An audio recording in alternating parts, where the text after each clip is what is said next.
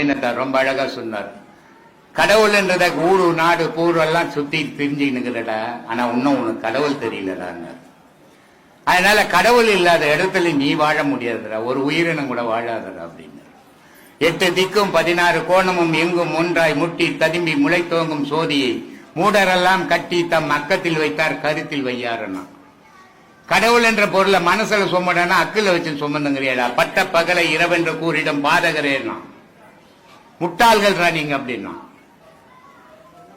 காசு வரை நான் நடந்தேன், கால் எழுத்து போனேன், வாசி ஏற மறந்தேன். காசிக்கு போன கடவுளுக்கு தானே, அங்கேயும் ஒண்ணும் கிடையாது, அங்கேயும் கோயில் குளம் தான், இங்க மாதிரி தான் எல்லாம் ஒண்ணும். எங்க போனாலும் கடவுள் கிடையாது. கடவுள் உனக்குள்ள வச்சு நீ சுமந்து திஞ்சிங்கிற. அதனால நான் காசிக்கு போயிருந்தாலும் பெரிய ஆளு, இமைக்கு போய் வந்தாலும் பெரிய ஆளு, இமயத்துல போனா கடவுளை உட்காந்துங்கிறார், வா வான்னு கூப்பிட்டுக்கிட்டு எங்க போனாலும் இல்லை. உனக்குள்ள உன்னை தேடு. உன்னை தேடி நீ எப்ப தெரிஞ்சுக்கிறியோ கடவுளை தெரிஞ்சுக்கலாம். இதுதான் சாமி என்னுடைய தத்துவம்.